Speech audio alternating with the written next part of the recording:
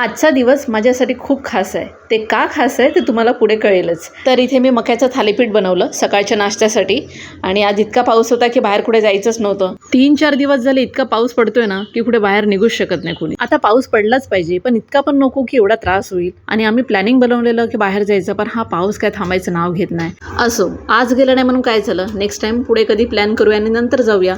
आता इथे दोघं खेळत आहेत, तोपर्यंत मी इथे दुपारची पण तयारी करून घेते. घरामध्ये इतकं पावसामुळे ना चिपचिप सारखं झालेलं आहे ना, म्हणजे लादी जरी पुसली ना तरी ते चिपचिपपणा काही जात नाही. आणि मग इथे आज मी दुपारी राजमा चावल बनवलं आणि मस्त दुपारी जेवण वगैरे करून घेतलं छान दोघांनी पण. आणि इथे वाजलेले 2:30 वाजून गेले पण होते आणि आम्ही टाईमपास करत होतो. काय करायचं काय कळतच नव्हतं, कारण काहीच करू शकत नव्हते ना.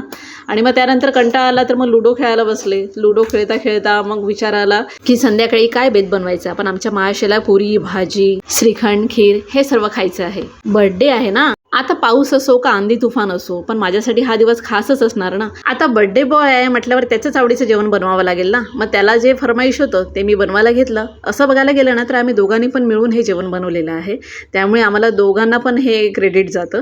आणि मग इथे पटापट मी उसळ बनवून घेतली एका साईडला, आणि श्रीखंड पण घरीच बनवलं मी, कारण बाहेर निघायचं नव्हतं पावसामुळे. मग काय जे साहित्य होतं त्याने पटापट श्रीखंड बनवून घेतलं.